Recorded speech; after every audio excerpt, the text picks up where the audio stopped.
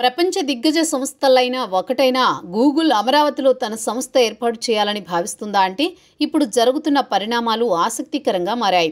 Google ప్రతినిధులు కొందరు AP రాష్ట్ర ప్రభుత్వంతో సంప్రదింపులు జరుపుతున్నారు.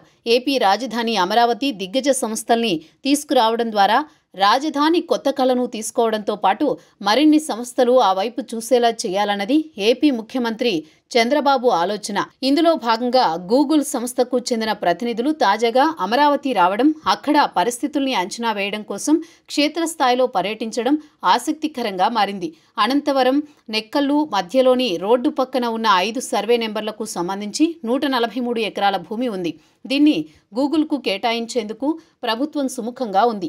అయితే గూగుల్ ఇక్కడ ఏ కార్యాలయాన్ని ఏర్పాటు చేస్తుందన్న అంశం మీద స్పష్టత రాలేదు.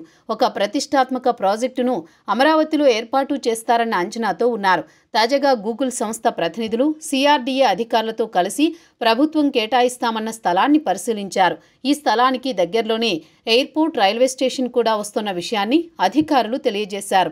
ఈ నేపథ్యంలో ఈ స్థలం మీద గూగుల్ ప్రతినిధులు ఆసక్తి చూపిస్తున్నట్టు తెలుస్తోంది. ఇప్పుడు భూమిని చూసినా దానికి సంబంధించిన ఏర్పాట్లు మొత్తం పూర్తి కావడానికి 10 ఏళ్లకు పైనే పడుతుందని చెబుతూ ఉన్నారు. ఎందుకంటే మౌలిక వస్తువులు, ఇతర అంశాలు కూడా పరిగణలోకి తీసుకోవాల్సి ఉంటుంది.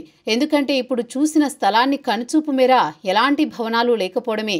అయితే గూగుల్ లాంటి దిగ్గజ సంస్థలు భవిష్యత్తులో తాము చేపట్టే ప్రాజెక్టులకు సంబంధించి అనువైన స్థలాన్ని చూడడం మామూలే.